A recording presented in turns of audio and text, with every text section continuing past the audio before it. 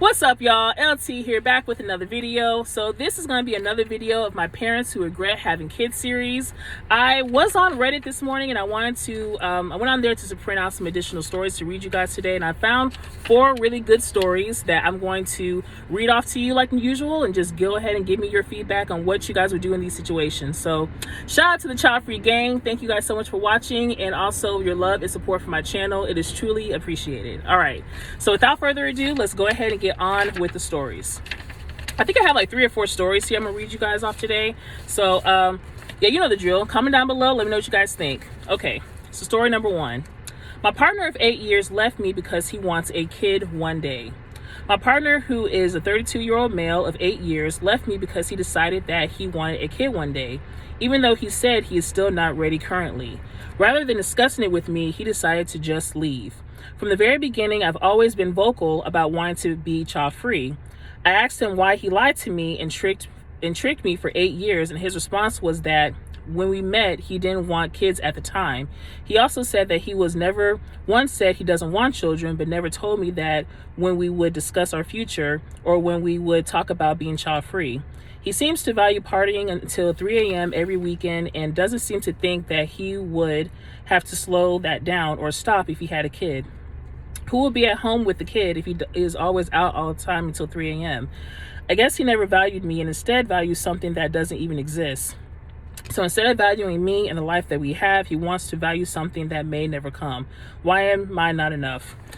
Girl, sit yourself down somewhere. This is a blessing that he left. Okay, first and foremost, if he is too childish to let you know offhand that from the very beginning that he wanted a child and not tell you enough, he just walked off and left, then to me he's a coward. So he should let you know in the very beginning that he wanted a child.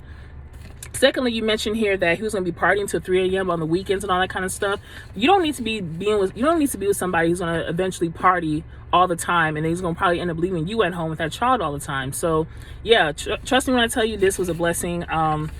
Excuse me, I think this was definitely a blessing, and he did you a favor by leaving. So next time, definitely make sure that you get yourself who is definitely a child-free person, and trust me, him walking off was a blessing. So keep your head up on that.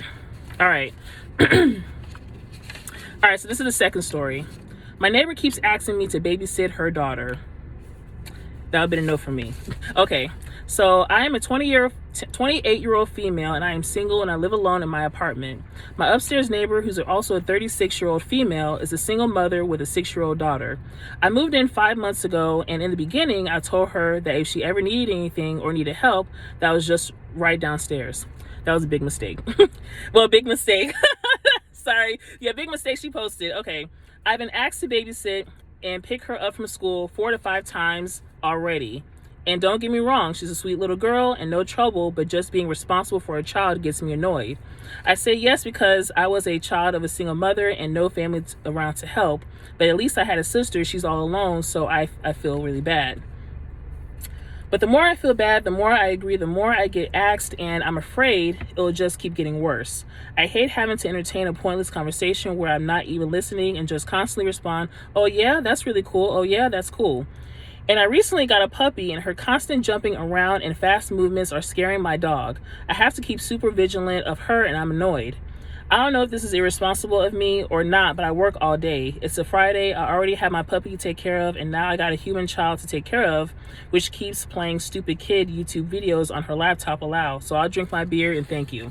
Yeah, you need to go ahead and tell your neighbor that, you know, you have a responsibility right now. You just got a puppy, and you need to make sure that it's taken care of. And, you know, this is exactly the reason why I tell y'all, when it says it takes a village to raise children, I mean, I don't know her neighbor's situation, why she doesn't have relatives. Maybe she doesn't have relatives in her city or anything like that, but I would be very cautious first off about leaving my daughter with some neighbor that I've only known for like less than a year. Like I don't know what her deal is, why if she doesn't have any kind of other relatives or friends that can watch the child, but I wouldn't be asking my neighbor who I've only known for what, 6 months. You said you guys moved in 5 months ago. I moved in 5 months ago. In the beginning I told her she didn't need anything. Yeah, but I don't know. The neighbor needs to be more cautious about who she leaves her daughter with, and you need to let her know that, sorry, right now I have a puppy, and that puppy is my main priority, and I can't watch your child right now. Sorry. Yeah, homegirl needs to go to a daycare, or she needs to find some other support that can watch her child for her. I mean, that's, first of all, she's only known you for almost 6 months, and that's not long enough to really know you, to really trust you to watch her child. And she needs to find somebody else with that. And you need to take care of that puppy. Okay. All right, so this is story number 3. So I know this one couple. The guy used to work with my husband, and they got married 2 weeks after we did. They were openly trying to have a baby right after their marriage and bingoed me and my husband to do the same, but that's for another post. They claimed they wanted lots of kids. I have to say their financial condition was not the best, and the woman was unemployed. She eventually got pregnant and made sure to have all the cliches a breeder person could possibly have at the time. Cringe belly photos, my child is my life, I'm carrying a miracle, gender reveals party, etc., etc. Apparently, everything has changed after the baby had arrived. 2 months after, she posted a long Instagram story about how she didn't feel like herself anymore, how she felt so lonely in the house alone with the baby, how she resented her partner for going to work while she takes care of the baby nonstop, how lack of sleep was affecting her postpartum recovery, even though and also how frustrating she felt because the baby looked exactly like the father and nothing like her. I was shocked when I read her public rant over having a newborn at home, and even more shocked when she reached out to me yesterday. Even though we're not that close, she was desperately looking for a job. Not only they really need the extra money, because apparently babies are more expensive than what they expected, but she cannot stand being at home alone all day having the baby as her only occupation. She is really miserable and unhappy. So there you have it, another classic case of people that used to over romanticize parenthood and got hit by reality really hard. Yeah, that's the case. I mean, honestly, y'all, and I really blame social media for this too, because a lot of people will always post their highlights about what the baby's doing. They don't post the lowlights. They don't post when the baby is sick, when the baby's crying at 2 a.m, when the diaper needs changing, when the kid's messing up the house and putting stuff all over the floor and crapping everywhere. Like, they're not going to post all that. So I really don't feel sorry for a lot of these people, and you really shouldn't be forcing or even bingoing people who say that they don't want kids, or because you never know people's situation. And this is when type of stuff that reality really hits you hard. That is something that really hits hard, especially because you can't give the kid back. So all that stuff you're going through right now, make sure that you going to be prepared for it. So all right, so this is the last one. Sorry, let me get this paperwork together. All right. So this is the last story. So this title is Having Children Quite Literally Ruined One of My Best Friend's Lives. This is actually, I actually reread the story in the beginning, and this is a pretty sad story. So, okay, here it is. One of my best buds, who I'll name Adam for the sake of the story, dated a girl, her name is Eve in this story, back in high school. We warned him even back then that they weren't not a right fit for each other, and that they were not going to be happy, and that Eve seemed to make him more unhappy than happy. Fast forward 10 years later, Adam and Eve got back together after Eve had a kid with another guy. Adam, being a stand-up wonderful guy, was a good dad to this special needs child. It was stressful, but they managed. Eve started pressuring Adam to have another kid. We all warned him 1 baby is a lot of hard work and 2 is twice as much. Eve, meanwhile, doesn't do much to mother these children, and when Adam gets back from working all day, he has to watch the kid, make dinner, clean up, etc. We all incredibly tease Adam about the fact that Eve doesn't want to seem to be much of a mother. Fast forward another year, Eve is pregnant.